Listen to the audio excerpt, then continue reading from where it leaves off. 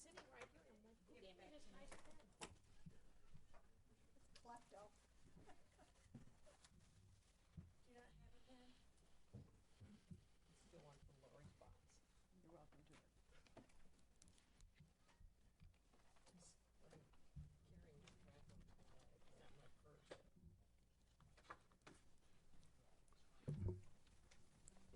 I'd like to welcome everybody to the May 19th work session for the school board.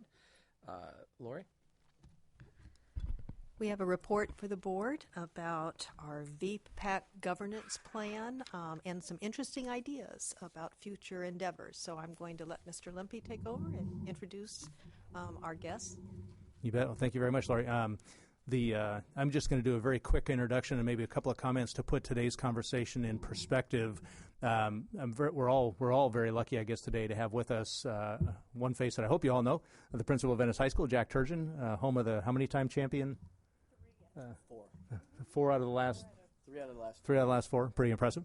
And Mr. Mike Hartley, who is a member of our Joint Advisory Board, and I'll talk more about that here in just a second. But just to put the conversation in a bit of context, you remember that as we were building the Performing Arts Center in Venice, we convened a committee that was made up of city representatives, Performing Arts Group representatives, school board staff, Venice High staff.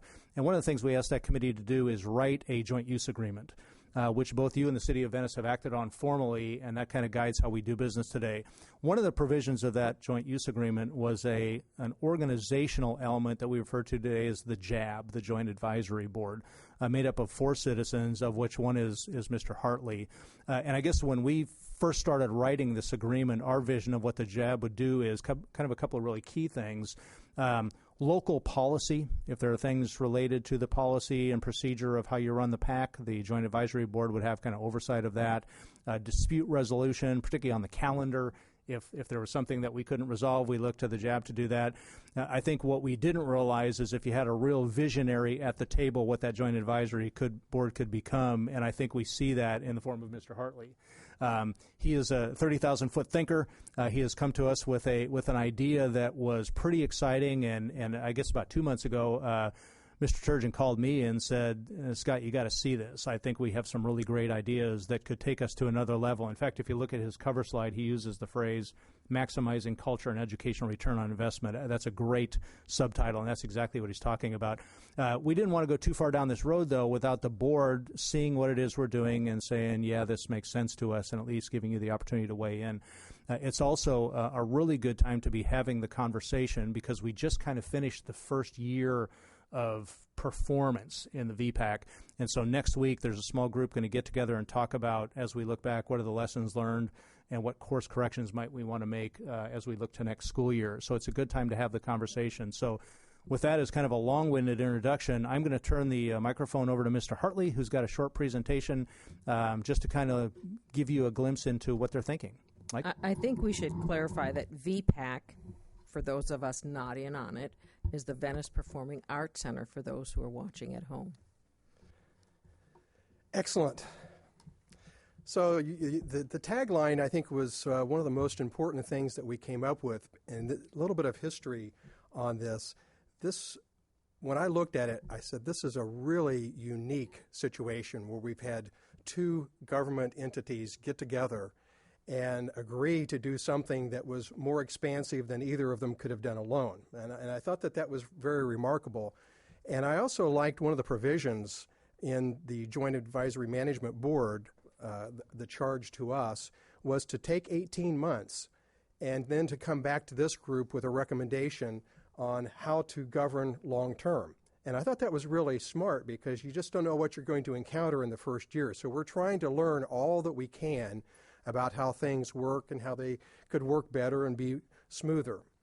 So this board has not only tried to get the center open, we've tried to look at all of the needs that we have. One of the early needs we found was ticketing equipment, computers and printers and things like that.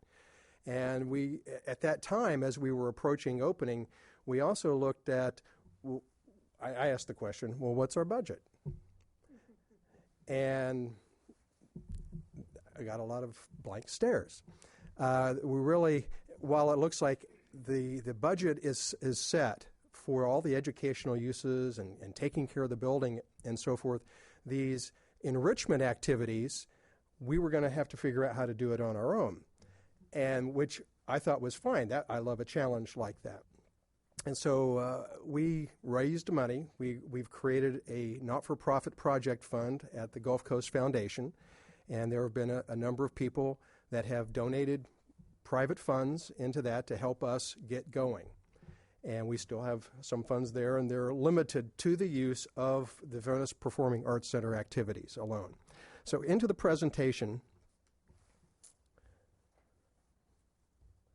on that page, I was trying to reflect on who are the stakeholders. And we have several segments. The three main ones, of course, the Sarasota County School Board and the educational activities that need to take place there. The City of Venice, who is a participant, and we asked them in this process, would you like us to run all of our recommendations by you? And the city officially has said back to us, we have a representative from the city on the Joint Advisory Board to say, we'd like the school board to say how they want it to be, which is fine.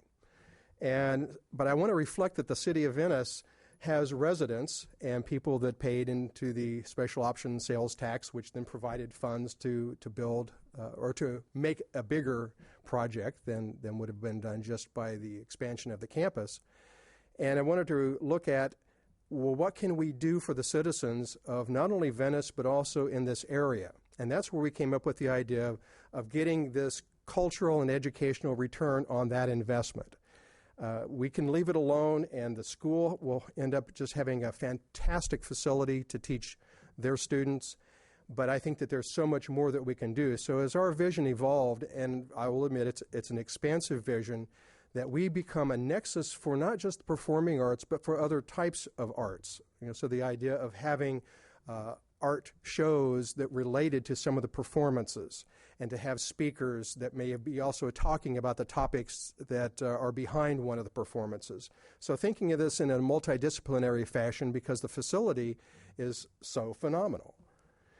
And then last, the resident art organizations that you've talked about that participated in this. We have 3 resident art organizations that are housed in Building 42 on the campus, which I thought was another brilliant idea for upcycling a building that might have been scheduled for demolition. And so that those groups have then had an opportunity to give us input as we've gone along. So we're paying attention to the stakeholders. And on the next page, we said, how do we create a sustainable model? And a lot of this comes down to not only the process, but the people that we're going to have involved. And, of course, funding that and looking to what we can do to create an ongoing source of revenue that stays in the Performing Arts Center to both provide this cultural return on investment for the residents, as well as our idea is to provide some additional enrichment opportunities for education. And you'll see this later on. We've actually dedicated some FTEs to helping the performing arts departments at Venice High School, because we see us being kind of a learning laboratory space, and that the two dovetail together quite nicely. So Scott's already talked about we're observing the first season, doing our lessons learned. The concept then is to create a not-for-profit corporation, which we're calling VPAC Productions, that would be housed at the Performing Arts Center. And if you look on the next page, we have current VPAC budget and funding considerations. I've had to have this conversation with so many people because they say, well, why don't you do this and why don't you do that? And you ought to do this and you ought to do that. And I'll say, great ideas, but we have to figure out how to get people and processes that can do that. Just we can either sit here and say, we hope somebody comes by and notices our building and says, I'd like to have a performance there. And that's kind of a low-end responsive model, but we think that we can do something that actually proactively seeks that type of cultural experience. And that takes a production company and some group of people that can look at what are the acts that are available, what do they cost, and I've done some work on pro forma, what kind of range can we spend to actually create a profit that sticks with the VPAC. And the not-for-profit corporation that we're proposing is initially a 501c4 and long-term could become a 501c3, but we've already got the donation side of it covered by having the project fund at the foundation. So it's not an essential use. But we thought it was important that nobody owned this that could take a profit from it. And it would be staffed, as you'll see later on, by a volunteer board. Next page, looking at those benefits, the second paragraph really was part of our lessons learned. When we were going to do the opening, we said, well, we need to have some posters, or we need to have some signs, or we need to have some velvet ropes or chairs or whatever. We found, well, we either had to scramble, we borrowed things, but if you needed to go down to the printers, they just want to be paid. They want a credit card at that moment. So we said, okay, we can't go through the purchase order system and so forth. And we came up with the idea that we needed to have control of our own banking and funds that would go in and funds that would go out that we could pay. If we had to hire technicians, that we could pay them right away. And you'll see later on, but there also needs to be transparencies for the school board. So the next page, looking at the types of revenues. You've set up a schedule that says to use the hall and to turn on the lights and to turn on the air conditioning and to help defray any additional cleaning cost, there's a use fee. And we think that every group, whether it's a VPAC production or whether it's any outside group, that needs to be paid and that needs to come to the school board because that's representing an expense that you have. And I know that we're looking at every year analyzing what those costs are, but we want to make sure that those use fees go to you. Likewise, janitorial fees, so that the janitors from the school are scheduled to help with any particular performance and clean up afterwards, and that money should come straight to you. When we would hire technicians, so we would have to have maybe lighting technicians or sound technicians or any number of technical positions that are dependent on the type of production, we'd like to be able to have a cadre of trained specialists that we can bring in. We want to charge any group that's using those people, but we want to just pass that money through straight to the technician with an administrative charge so that we would be charging a group using slightly more than the raw cost of paying that technician. And again, that stays to our budget just to defray administrative overhead. And then the VPAC events net revenues and contributions. Now, this is just for productions that we're either doing or co-producing. And we're envisioning most of the groups from the outside, professional touring groups, would actually co-produce with us. We've been approached by groups who said, yeah, we'd like to be there. And we can say, yeah, you can rent the hall for this. And they're going to say, but how are we going to do the publicity? You know, somebody's got to set this up. They're looking for a co-producer. And so we would negotiate with those outside groups on a split of revenues and expenses. And then the profit would stay with VPAC to support the other activities, and you'll see examples of that. I mentioned in here some of the outside performances that we might do. For example, a TEDx is a possibility. And I don't know if you're familiar with TED Talks, but I think this is something that we could do that could be a significant fundraiser for the Performing Arts Center. We also had a fundraiser. We did a practice run a few weeks ago where we had Da Vinci and Michelangelo side by side. So it was not only a fundraising activity and an attempt at kind of a first production, but it also was an educational enrichment tool so that the curators of the museum, we had them come into the school and work with the arts departments and try to provide some enrichment to the learning environment. And that I think is prototypical. Anytime we can do that, whatever production would come in, if we had somebody that we could have meet with our performing arts department, come in and give a guest talk or a question and answer session, we would try to pair that up, again, recognizing that we're a learning laboratory at all times. So on to the next page. The governance structure. We're looking at, in the light bulb, school board representation, and our proposal was that we'd have a board member appointed by the school board and one appointed by the Venice High School principal. City of Venice representation, there would be a board member appointed by the city manager. And then the resident art organizations, one appointed from each of the three arts organizations. Then we would add 2 additional community members that the remainder of the board members would select. And the idea is that we would be able to tailor the skill set for the board in that fashion. For example, in the first years, we're going to need people that are familiar with fundraising or with the entertainment industry. We want to get connections and build our golden Rolodex to all the promoters and producers around the country and talent agencies, so that when they're getting ready to say, for next year we have these, and they're going to be in Florida on these dates, we want to be on everybody's contact list so that we can start selecting. We also are going to be doing a community outreach. We have a plan to do a community-wide survey online so that we can ask people what types of entertainment opportunities would they be interested in. And we're also looking at what kind of price point. This is really important. We don't know what our pricing power is. We know how many seats we have, and the pricing power is going to tell us what kind of acts that we can support. So I kind of start all my budgets with, we want to raise this much money for each one, and if we sold 1,000 seats, and you'll see I've done some pro forma just from a feasibility standpoint. So this would be an online, and also we're going to try to appeal to different age ranges. So there would be a lot of demographic information. So if we'll have one program that might really appeal to the 18 to 34s, and another that might appeal to the 30s to 60s. And there will, again, be an educational component for each one of those.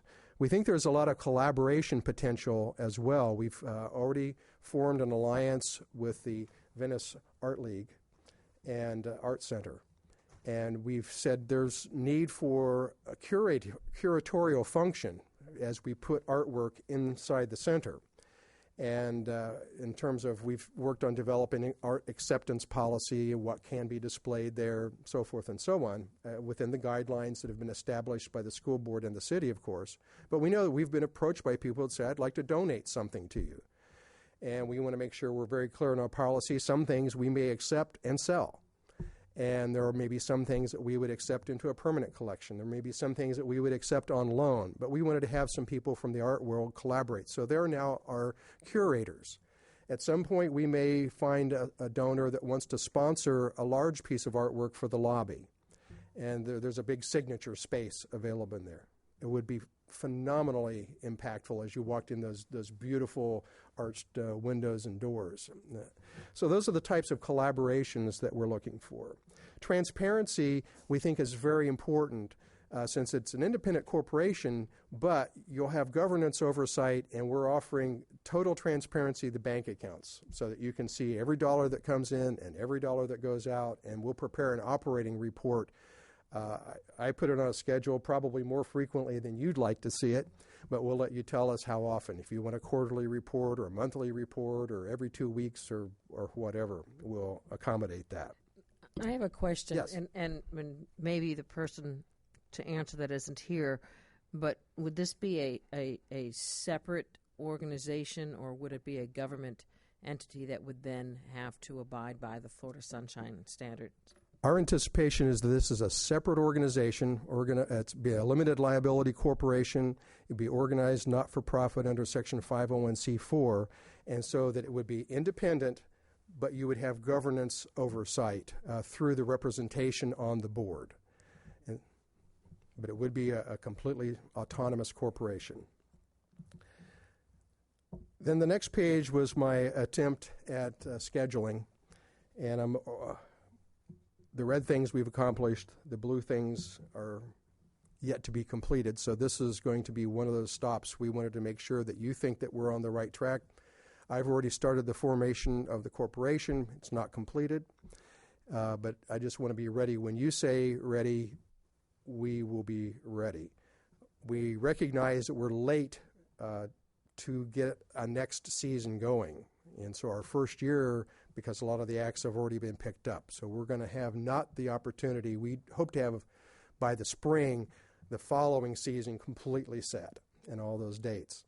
And we've mentioned before the calendaring issues. We recognize that school activities first. And Jack has been wonderful looking at the calendar. We know pretty much exactly where the school activities fall. Resident art organizations get the next shot at it. They set their seasons in advance, and that so far has gone very well. And we've also recognized that sometimes they will have to schedule a date as much as 2 years in advance if they're going to contract with a guest artist. Let's say it's the symphony. And that artist has this date available. And so we've worked through those protocols too, knowing that there are sometimes we may not know the exact date of a school activity, but that week is a hot week. We won't go into that week. So fortunately, there's not a lot of opportunity for overlap. But the next step for us is to form the corporation and then to have an agreement between the school board and the corporation that outlines what we would be doing. We can take over the management of the VPAC in conjunction with the school and do these productions, as well as you'll see, a few of the other arts ideas that we have. Prototype production on the next page. This was the idea of just trying to do some feasibility work.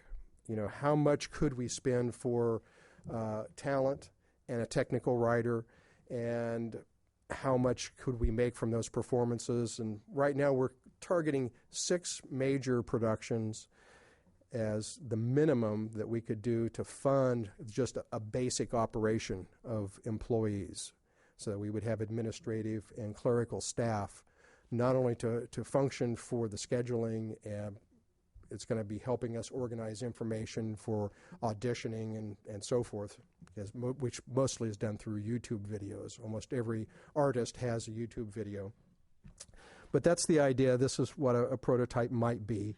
Jack, may I ask a question of you? How would this impact the staff that we have there at VPAC now? That's been a little bit of a challenge this year in regards to school activities have been fine. School activities have been fine, but when we look at the symphony, Exultate, and all 3 of the groups, the setup and the teardown have been issues in regards to what they're paying for. It's gone above and beyond. So we've been working out, and it's our first year, but that's something that we're going to go through with them in regards to feedback. So opening, I think anything that when you open it, you're going to have additional things that you think about. So the organization part of it, I think, has been a learning curve, but I also at the same time, I think we've learned quite a bit in regards to what we have said that we can do for those 3 organizations and the amount of money that, and what they would have to pay us to do it. Setting up, for example, the show, that's an hour, and it depends on how many people we have. We're currently working with our students to be able to help with that, training them. But right now with Casey as the center manager and Miles Mowry helping. Yes, that's what I'm specifically mentioning. So they would still be employed by us. Absolutely, but as of right now, we're pulling them in many directions. We are pulling them in lots of directions. Right. One of our major goals is to provide some relief there so that they can be more in administrative oversight and visionary roles rather than having to supply all the muscle power. So we're hoping to add a lot of support for what they're doing, in addition to adding some clerical support to the performing arts departments, including Miles' department. And yeah, that's very clearly on our mind. We have not had the manpower to do even what we had to do without really working some people hard.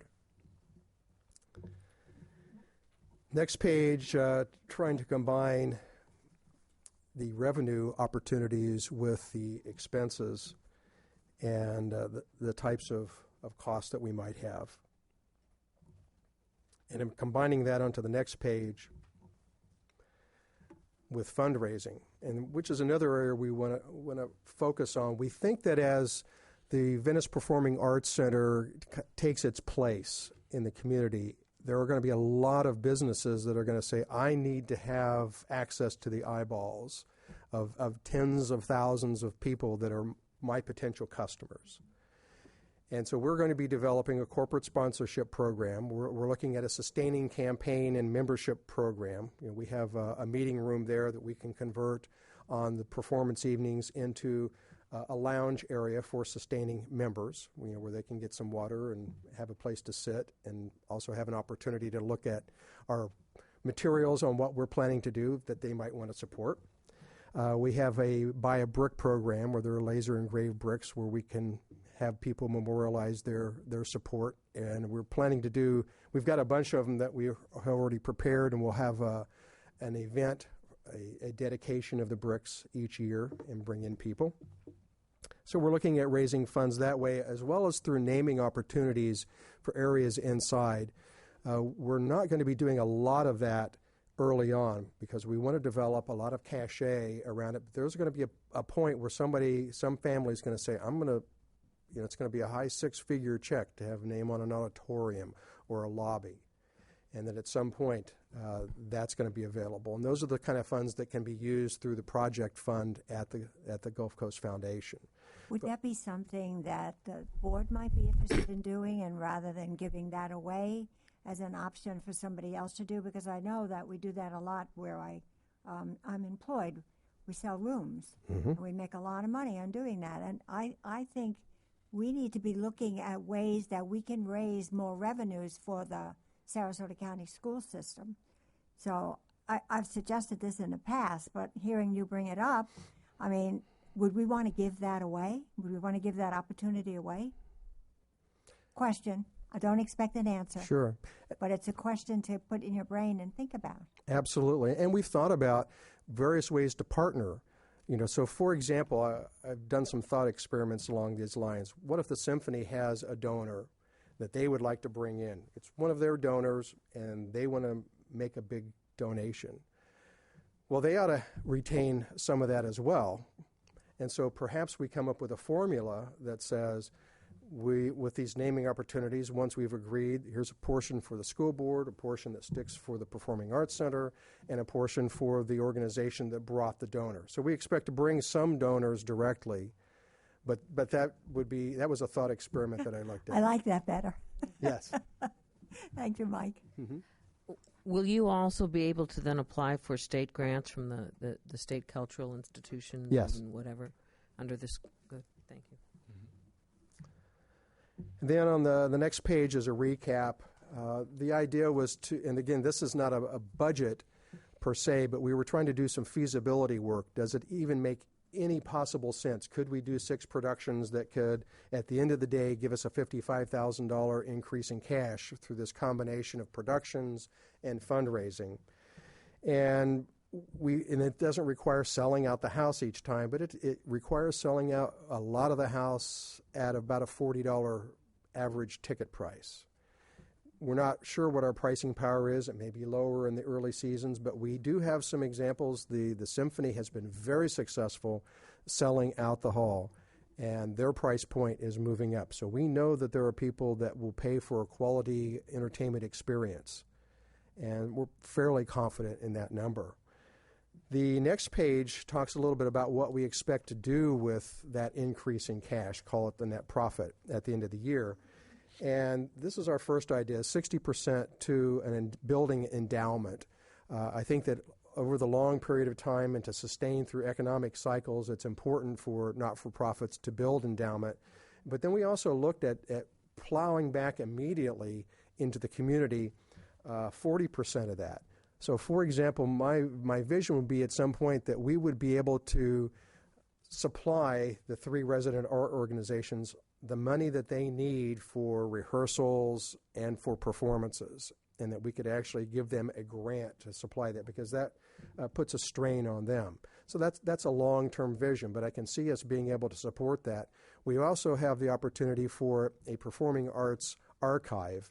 There's been a long-running radio show of which the host is going to retire, but performing artists that have come through for over a decade have been interviewed. These are the Ed Asners and people that and talk about what got them into the performing arts. So I've contacted the person to see if they could house the archives with us, not only the recordings, but we'll have them transcribed so it's a searchable database, ultimately available as a research center at the school, but we can then put it online. And we can continue it, and this is where we might have partnership with students to teach them how to do an interview of somebody that comes through. It's recorded, transcribed, and we keep building that because this area is really strong at support or at attracting high-end performers. Yes. With that in mind, I understand that Ben Vereen is down in Venice now, and going to be working at the Venice Little Theater, isn't it? I can see how having someone like him who somehow likes Venice, and that's good, and finding other ways to bring him back. And has he been been able to reach out and work with the high school at all and the students in the drama department, or Not that I'm aware of at this point. maybe Ben, if you're listening? That's the Give us a type call. of thing that if we had people on staff that would be watching for those opportunities Right. and pulling people in. I'm sure that he would be open to something like that course. because, I mean, I think he's just open for those things. And again, to be able to use those things with our school would be wonderful. So on the next page, you'll see I mentioned the Performing Artist Interview Archive. We've talked about partnering and collaboration as being a very strong influence, and the whole idea of becoming a nexus of arts and culture, beyond just the performing arts. Next page, a couple of ideas in terms of how we get the message out. We've been asked many times, how about a signboard? At some point, electronic signage is going to be interesting. Where to put it is important because we're not on a through street. You're not driving like you do by the Van Wezel. So figuring out how and where to put something like that is important, and integrating it into using the downtown kiosk. We'd like to have a monthly poster. Here's all the things that are coming up for the next month. Not just the things that VPAC Productions are doing, but all of the things that are going on there. Because we think that that's just important in terms of letting people know how this knits itself into the fabric of life. And it's a new animal. We had a lot of people that came in those first nights that had no idea you were even building this, let alone that it was going to be spectacular. So that's the conclusion, and would take any questions that you might have. Well, I just want to make a comment. Nice presentation. We're lucky to have you working on this. I see gapping holes in services and support for that center. I do attend functions from time to time. I was there about a week or so ago for our Venice High School chorus final performance, and it was wonderful. But there are gaping holes in just being able to serve water or refreshment or where people sit in. And it's a bare bones but a great facility. But we have a need to incorporate the kinds of things that you're looking to do. So I think this would be a great thing for us. I'm all about partnerships. I think partnerships are extremely important, and this would coalesce a lot of organizations in the community, along with our wonderful Venice High School. And I think that what I have learned is that we have really worked our bare bones staff in a very hard way, and I've yet to be there when Casey wasn't around or wasn't able to perform. She's terrific. She and Miles both are doing a great job. So I would say this sounds like a great partnership to me. I'd like to echo a lot of what Jane was saying, and I'll just do it quickly by saying, yes, I support this. It looks good. Great. Thank you. I think it's a great idea, but I would like to run it by our legal. I'm assuming that council has not looked at this yet, so because I want to make sure that everything is correct. Absolutely. And I'm also would like to hear a little bit more about the fees that are being charged by Venice High School towards the custodial and the air conditioning, and if you're thinking that the custodial has been insufficient, I think we need to. No, that's not what I heard you say. No, they've been fine. It's all the logistical things that go in with the Venice Performing Arts Center that have nothing to do with custodial. Okay. It's all the setup, it's the tear down, it's the storage, it's all of those things that have to be done on a regular basis. So it's really operational things that not anything to do with custodial. So then we might need somebody else to be able to help if there's a problem there. Correct. It's right now it's the technical part of setting it up, the lights. It's not an auditorium. The piano, The light on. moving it in and out. Right. $100,000 piano, the shell, it's a completely different level of a setup and a tear down, and the expectation that is involved with that. Right now, we just learned, like I said, that it's pulling our teacher out of the classroom to get set up for the afternoon. It's just so many different things because it's such and involvement in the logistics of getting it set up. The custodial part has been flawless. It's been fine. Well, then I think we need to look at that and see if that's an extra cost. Before we say yes and before we move forward, we need to know what it is that we might need at Venice High School and to make sure that that's taken care of. I support this. I mean, I think it's a great concept. But I would like the I's dotted in. Absolutely. And I'd like to see the attorney look at it as well. Mm-hmm. Thank you. I actually agree. I had that in my notes as far as legal, just reviewing it to make sure. But I think it's a great idea, and it's a beautiful facility. So any way we can spread the word, and there are so many resources that once you start talking to people, they have that connection or this connection, and next thing you know, we have a list of, big-time performances. So, but thank you. The presentation was great, and I'm excited for the future of BPAC. So, performers that have been here really like the facility, so that's a plus. They're going to come back. Thank you very much. Thank you for the time. I really appreciate it. Thank you, and I want to thank Mike. He's been a tremendous asset to Venice High School and the community with this. And, really the best way I can put it is it's not your average high school auditorium. It is a performing arts center. And, the vision that he has and the advisory board that we've had have been phenomenal. I think we've learned some great lessons this year, but the potential is the sky's the limit with what we can do. So we're very excited about it. So thank you. Thank you.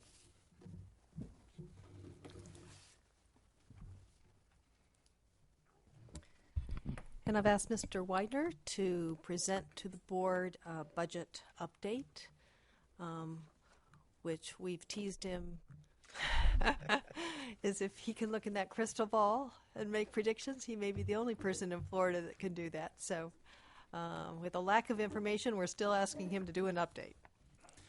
Well, good morning, board members. Normally at this time of year, I'd be giving you what I believe the revenues are going to be and what I believe the millage rates would be. But of course, we're at a different situation than my whole career here. I've never seen anything like this.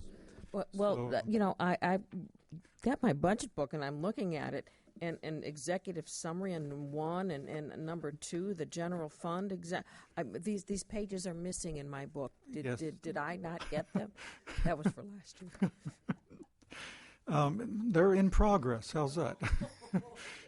As soon as word is that June 1, they're going to go back into special session, and hopefully on June 20th. So hopefully we'll have a budget by then, and then we'll be able to move forward. But with the stalemate, I really wouldn't even take a guess on exactly what's going to happen because of basically the health care issue that's looming out there. But with that hanging out there, and our budget for next year is in limbo, how are we going forward with staffing our schools and As you recall, the board gave us permission to move forward with our school and department budgets, even knowing some of the risk. And basically, it's a status quo budget. Mr. Widener's talked to the board also about the security and assurances we get from our additional voted operational 1 mil that we know we will be getting. So although certainly there is concern as we work through this, we feel that we have a buffer in this district because of those additional dollars that we're assured of getting. And then as we work through the other issues, we'll bring back to the board any tweaking that we have to do once we get the final budget. And if, by some chance the legislature doesn't come to a conclusion by July 1st and the government has to shut down, we wouldn't have to because we've got that cushion. We will. Is that correct? We've forward. Got it. We'll still keep working. Okay, just wanted to clarify that. Thank you. Okay. Yes. Yeah. The as Lori just said, the voted millage has really given us a security factor, I guess you might say, or safety factor. So, because I know some school districts that do not have any other additional resources, they are dependent on getting that distribution from the state. We get it twice a month on about the 10th and the 23rd. And if in fact, worst case, and there wasn't a budget, then the state would not have any authorization to send the monthly distributions to school districts. But personally, I don't believe, excuse me, that will happen. I do believe that they realize they have to come to a compromise and we'll move forward. So anyway, at this point in time, yes. If you don't mind. How long could we run on the millage that we have, the 1 mil? How long could the district keep afloat with the money that we have from the 1 mil? We could definitely make it through until the start of school because our payrolls are pretty minimal. I just wanted us to make sure that when we talk about we're lucky that we have the 1 mil, what the real impact is that the 1 mil could not cover. I mean, they have to resolve this budget in order for us to be able to open school. Correct, 100% right. We could do our summer operation the way we currently have it planned, but school wouldn't be able to open on time and I personally don't believe that would happen. I am an optimist, by the way. So anyway, what I've put together for your review today is basically an update of where we are and where I project we're going to end up for June 30th, 2015. And then also I have given you the individual school and department budgets that have been returned to our department. And right now the vacancy lists and surplus lists have been released. And Human Resources later this month will actually be placing people into where they have indicated they would like to go based on the vacancies for those surplus individuals. And then we'll be advertising positions in June. So that's where we are on the 15-16 budget. The update I have for you on the current year is we have now received what they call the fourth calculation of the Florida Education Finance Program. And in that fourth calculation, again, there was more additional students than what was originally appropriated in the original budget. So the state has had to do what they call proration of basically $105 million that should have been earned by school districts or distributed to school districts, cannot be because there's not enough money at the state to do that.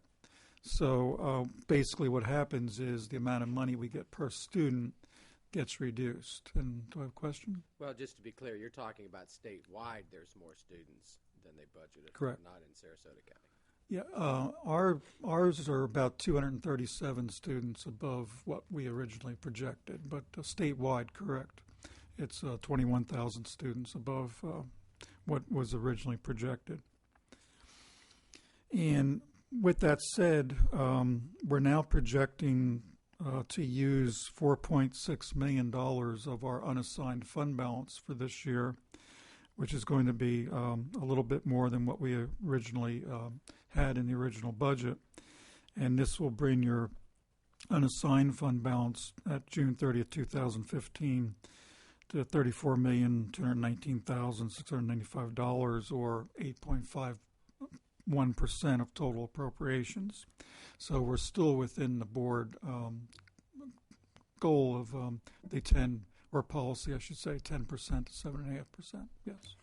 The 237 additional students over projection for our district, are they mainly from traditional schools or charter schools? It's a combination of both. Charters did grow some beyond what we originally had in there, but it's actually, and I didn't bring my monthly enrollment data with me, but it's a combination of both. So we did have additional students in our elementaries and I believe in the high school. I think the middle schools are pretty much right on target. But it's interesting to see that the state continues to underestimate, if you will, the number of growth or the numbers of students that will grow every year. Yep. They're looking now at, 15,000, and we grew by 21,000 Right. this past year. So we're anticipating, and perhaps they will change that number because they will look at actuals. The legislature does. The governor did not. But they will look at actual numbers, and they're looking at an estimate of somewhere between 24 and 30,000 in growth next year. And we know our schools are growing. Mm-hmm. We're seeing it. But I'm sorry. You know why that's important, just, again, to be clear, they budget X amount of dollars for that school year. So if you have 25,000 or you have 5,000 more students than they budgeted for, they don't kick in another 5,000 students worth of revenue. They just take it out of, take it back out of what they were going to do for the other students. Well, some of it is unanticipated growth, but some of it, I can tell you from experience, is part of what some call the shell game. We can say we're giving more money to schools and more dollars per student, but by underestimating the number of students, here's your dollar amount, knowing that it's going to get adjusted later on. Right. When the legislature breaks and say we're funding so much more per student and so much more dollars, when actually they're not even funding all of the growth.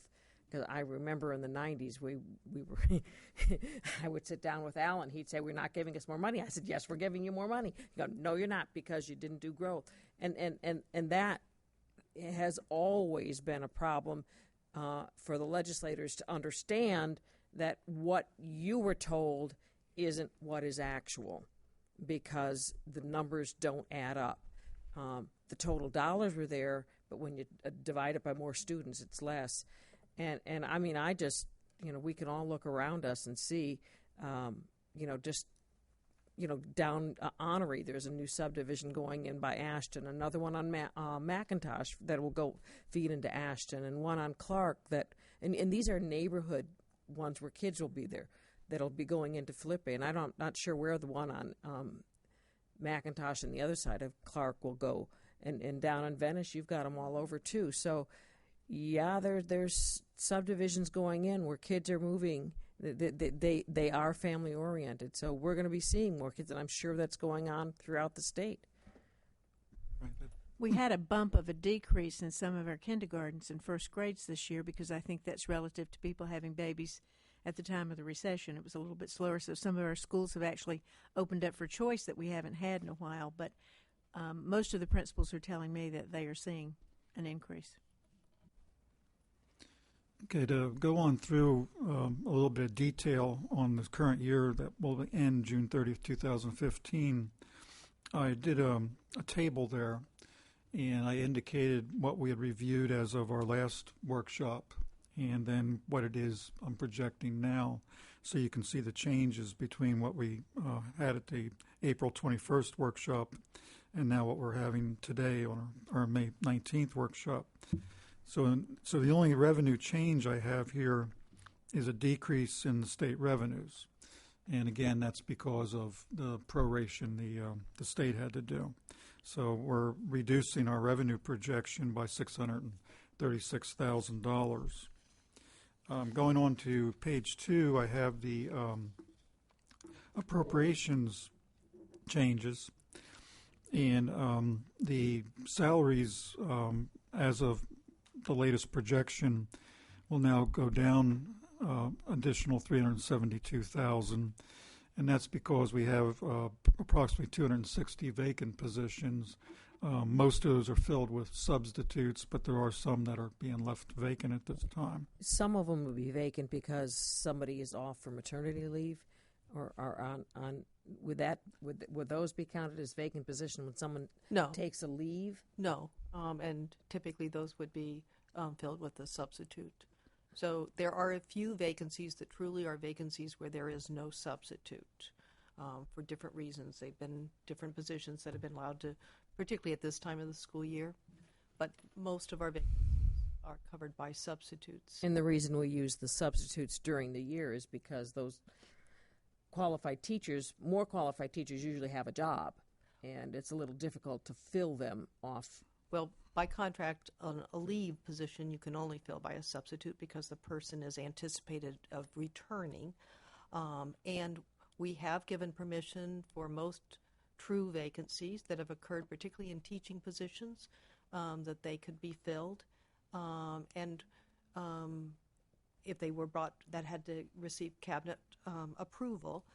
But if they couldn't find an eligible quality individual to fill the position, they elected to continue with the substitutes. We do have some substitute positions in true vacancies in areas either that it was they found a good substitute, they were going to continue for continuity. So there's a lot of different reasons of why you might have continued with a substitute, but all of those true vacancies, not leave situations, but true vacancies will be advertised if they're not filled through the staffing process. Good. So we'll have an opportunity to fill all those positions. So we're not trying to balance a budget based on the use of substitute, which we did for several years when things were really tough, where we really looked at substitute as a way of getting through tough years. So we will advertise all of our vacancies, but we will only fill those positions with quality individuals.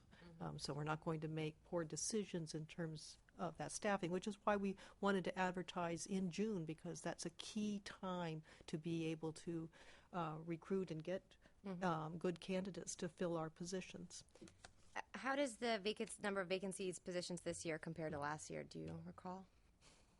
I would say it's very similar. It is, Okay. Right, because it's very been 2 similar. years we've kind of operated with this type of a process. And then your employee benefits, of course, they go down also because that's a direct relationship to the amount of salary we're paying. The purchase services direct, or district, right now based on results of operations through April 30th, it looks like we're going to go above what I projected in April by $304,000. The purchase services and charter schools, same with that based on results of operations through April 30th, going up by $200,000. Energy services continues to go down, and that's really because of fuel cost being so much less than it was when I originally did the budget. The materials and supplies, again, based on the projection of April 30th, 2015, will exceed what I projected in April by $100,000. Capital outlay, right now, based on, again, the reprojection, we're looking at that going down about $125,000 by the time we end the year. And then other expenses, just a very slight change, just $1,141. So your net appropriation increase nets out to $77,212. So your appropriations in total really did not change that much from what I presented to you in April. And then going on to the next page, page 3, I give you an analysis of your fund balance. And basically your fund balance, unassigned fund balance, when we looked at this in April, it was an ending unassigned fund balance of $34.9 million, or 8.69%. And now you're at $34,219,000 with an 8.51% of total appropriations.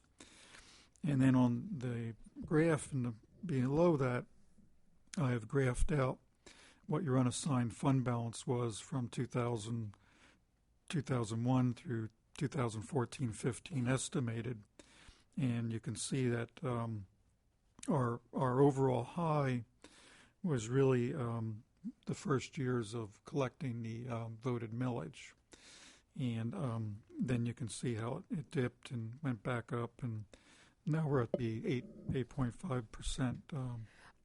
I think that graph is so telling. Before we had the referendum, we were below what the board set as a minimum of fund balance. It was at 5.27 and 6.35. And then we passed the referendum and we had those dollars. That was, of course, before we had the plan to spend them. And then it was going down, hovering around 10%. And then when we saw that, the problems were coming on the way with the budget problems, that we held it a little tighter. And I know there was a certain gentleman on our board that kept telling us we need to put more money in that fund balance. to save because we knew there were some times coming ahead, and I just think that, I think we all ought to pat ourselves on the back for that forward thinking, because that helped us get through that, and thank you for your leadership and direction in that, and for you beating the drum, Frank. Thank you. Because, it served the district so well. Oh, yes. Yeah, And the board. we're the envy, I think, of most districts in the state and the country, I think, to be able to weather that and come out as well as we did. Correct. And our test scores have been, have remained very good. I believe we're second best district in the state of Florida right now, and to have achieved all that with all the cuts that we had to make, it's remarkable, especially being able then to even restore our fund balance during that recessionary period. I think Right. it's funny, that's when Shirley and I came on the board, it was in 2008.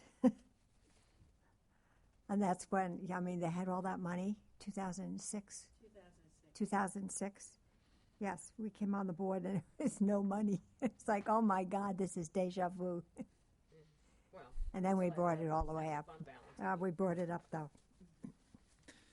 Then on the next page, page 4, this is a little different graph. And I was asked to produce this basically by the union, and I thought it was interesting, so I thought I would give it to you. What this does is it compares the beginning unassigned fund balance, which what that is, that's what we originally came up with a budget amount in September. And then it's comparing what the ending unassigned fund balance was for each year. So you can see the trends stayed the same because when it went up, both went up. But what is interesting is beginning in 12-13, the beginning unassigned fund balance is very, very close to where we've been ending each year. So because what we did deliberately do was there were some years where we would budget to fill every position. And then with what was going on with the decrease in revenues, we re-looked at the way we were budgeting, and we began budgeting in the hiring freeze. And so we weren't going with a higher budget amount that would require, more staff layoffs or, programs being eliminated and so forth. So we've gotten very tight on the budgeting. So you can see that, our ending unassigned fund balance is now very close to what we're coming up with as a beginning, because we just don't have that luxury to build in anything, you might say, as a balancing item or a reserve or whatever you want to call it. And, of course, we do not budget in any salary increases or, everything we're budgeting on is exactly what the salary schedules are currently. So that's what we've been doing. So, and then after this page is your detail by all the different line items. And basically I'll give you a summary of everything, but if you have any questions on any of the detail line items here that are here, I can give you any answers for any questions you may have. So,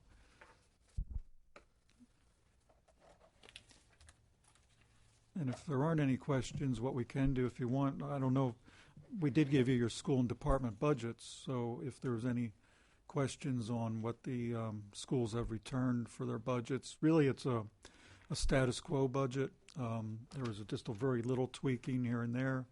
The budget does meet class size, so I don't anticipate any problems with us meeting class size this year. Really when you look at your school budgets, they're bare bones along with your department budgets. Your elementary schools basically only have one person that's out in the front to greet people. We used to have more than that for coverage.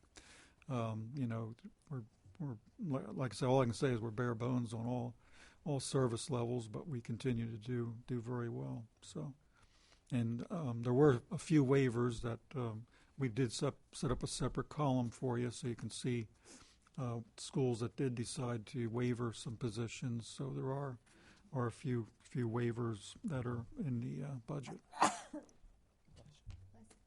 Any questions, Frau? And I don't know, it's actually not so much a question, but since we're on the topic and I wanted to ask the members of the board, what process do we have in place, or if we don't, can we talk about putting one in place to review items that we use as a board member, so as far as our budget?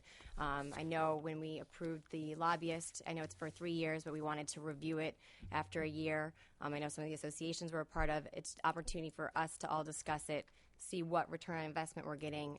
Do we have anything in place that we're doing to review that? And if not, what are your thoughts on that?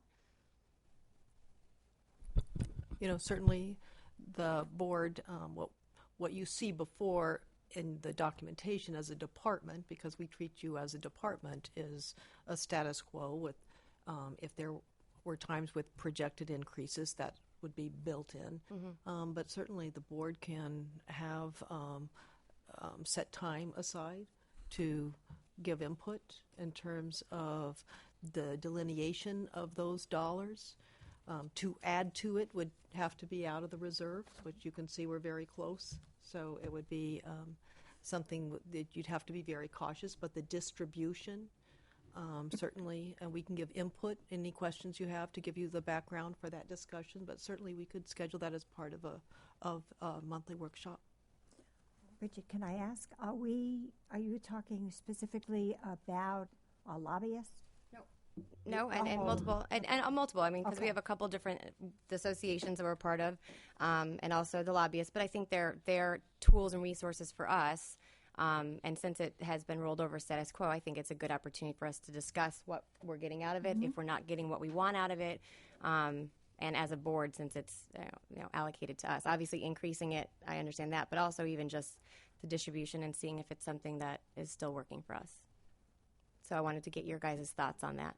Sure. All right, that's fine. Anything else, Frau? Thank you, sir. Okay, thank you. Thanks, Al.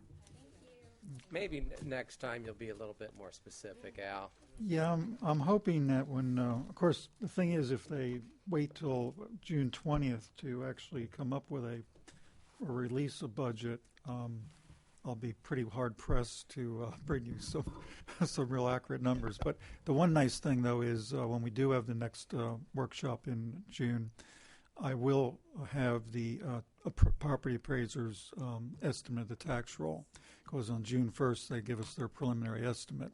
So that'll be a good eye-opener as to what our voted operating millage will actually bring in. So thank you. Thanks again, Al.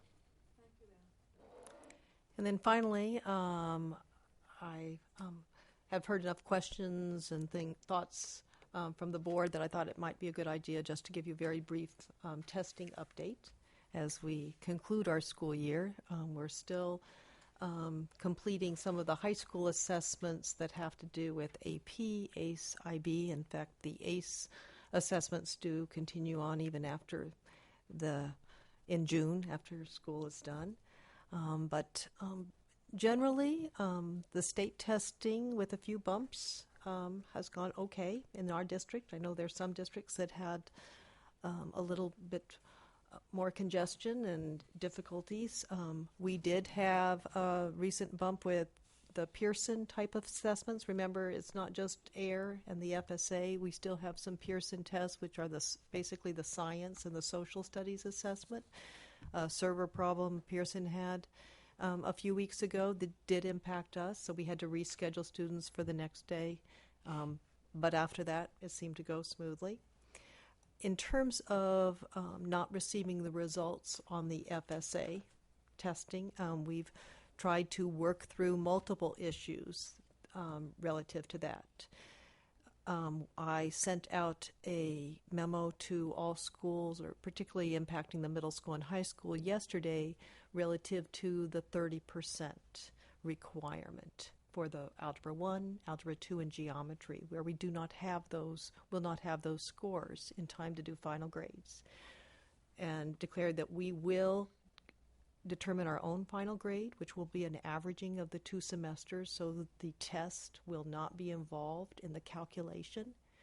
The irony was because I had put off making the announcement and because the state had said they were going to be making a decision. And just as I sent it out, then we did get a memo from the commissioner that they are also stating that. We will not be doing any recalculation later. This will be the final grade. It will be the calculation for the GPA, and we'll just move forward. However, with those assessments where we do get results, the EOCs of U.S. history, civics, and biology, we will be doing a calculation as required by law for the 30%. But we do get those calculations by mid-June, so it's a little bit more reasonable in making the final grade calculation, which is how we've done it in the past years. We're working through our 3rd grade retention issues where the state said we can have some flexibility, but we don't want to set up our students for failure as well. So having reasonable decisions. We have a quality summer reading camp designed for students that we believe they can greatly benefit from using the iReady system. Our summer school teachers are there for the full day. They'll actually be doing training and analysis of the day's daily work. So the differentiation for our students will be day by day, reviewing the test results. It's a different type of program, and we're really excited about the possibilities. So we will get a list from the state of those students at the 3rd grade in their reading scores on the FSA are below the 19th percentile. We won't get the scores, we'll get a list of the names. Those students we will be recommending that they attend our summer reading camp unless they meet a good cause or the SAT-10, which would have also been administered, shows that their scores have come up sufficiently. So there are ways that we would already exempt them from the requirement. But those students that we still feel that they would get a great benefit from our program, we will have them go through the 24-day program, the 6 weeks, and then make a decision after we look at our SAT-10 scores. We'll be assessing all of the students at the end of the summer reading camp and then make a decision of what is in their best interest. Typically, in the old system, you wouldn't have had an option.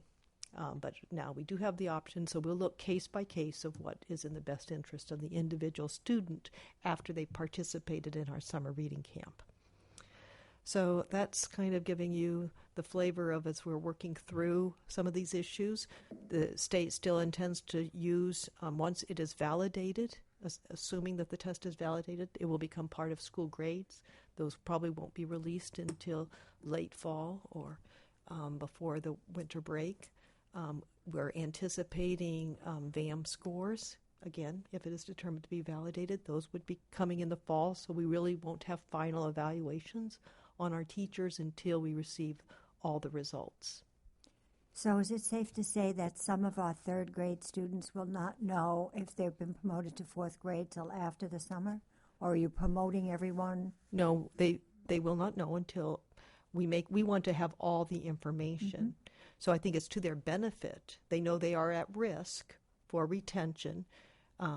That's also providing an incentive to come to the summer program, get that additional instruction, and then we'll make a decision based on that current performance. So it is giving them the benefit of that time. If they are not able to attend the summer reading camp, we still, for those students that we feel are at risk, we still may give them the opportunity to come in and take the Stanford. So if they're doing other things, they don't want to go to the summer reading camp, but they're doing a lot of work, then we can get that last-minute measurement. So we have the latest information to make such a critical decision. There are students we will know that we are promoting for good cause, such as already been retained twice or retained once and they're a student with disability. So those students will be processed and they will be given a promotion decision at the end of the school year. How will we notify parents? In the same way we always do, except the difference is we are testing students in 3rd grade with a SAT-10 that we feel are at risk. Those students... All students. that Not are all, at risk. yes, all students, which actually is many more than we typically do So because, we're really having a double check, if yes, you will. we are. So we're getting that information. We know the concordance score that you have to achieve to say you're at a sufficient proficient level. Those students that perform at that level, promoted, no questions. If they perform less than that, we will let them know that your child appears to not be performing at proficiency level as demonstrated by this SAT 10, and it may be in your best interest to go to summer reading camp, and we'll give them the information. However, if we get results from how they did on the FSA, because that all happens the week of June 8th, and it shows that they did perform at a higher level, then we will notify you. So, but if that confirms, yes, this child is performing below level in reading, our recommendation is that they go to summer reading camp. We will mark the progress during summer reading camp, give them another opportunity to take the SAT 10, and then we will sit down with all the data available and make a decision student by student. Where are these summer camps located? Oh, let's see, because we moved. I mean, some. are they That we have. a number of them? Oh, Is it yes, convenient and for there's parents? transportation, pocket pickup. We have actually 3 centers of elementary schools. If I say I'll say the wrong one, so I'm not. I can do that.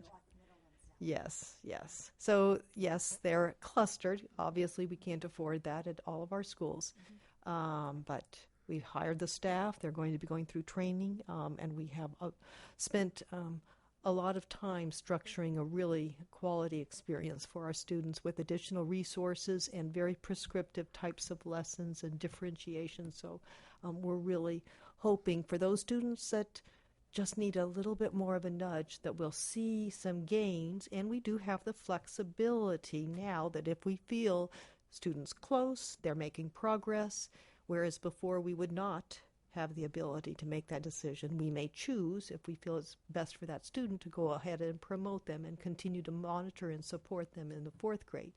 But I think we want to see all the data before making such an important decision.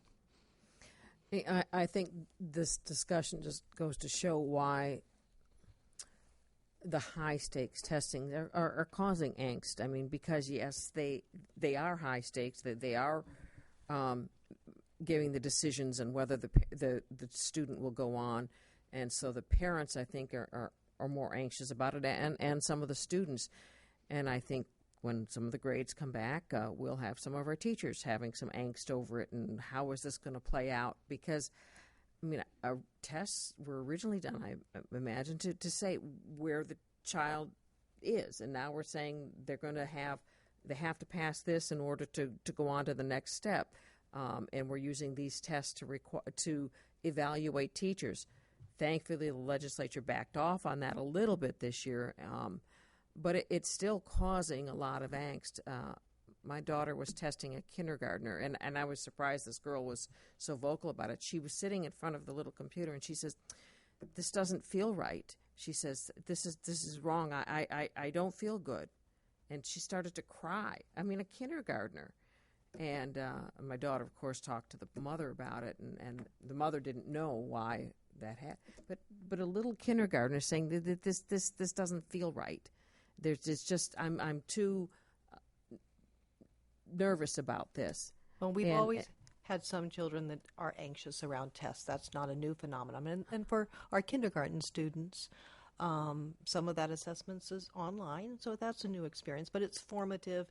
It's very much not high stakes at Right. those grade levels because we want to be supportive.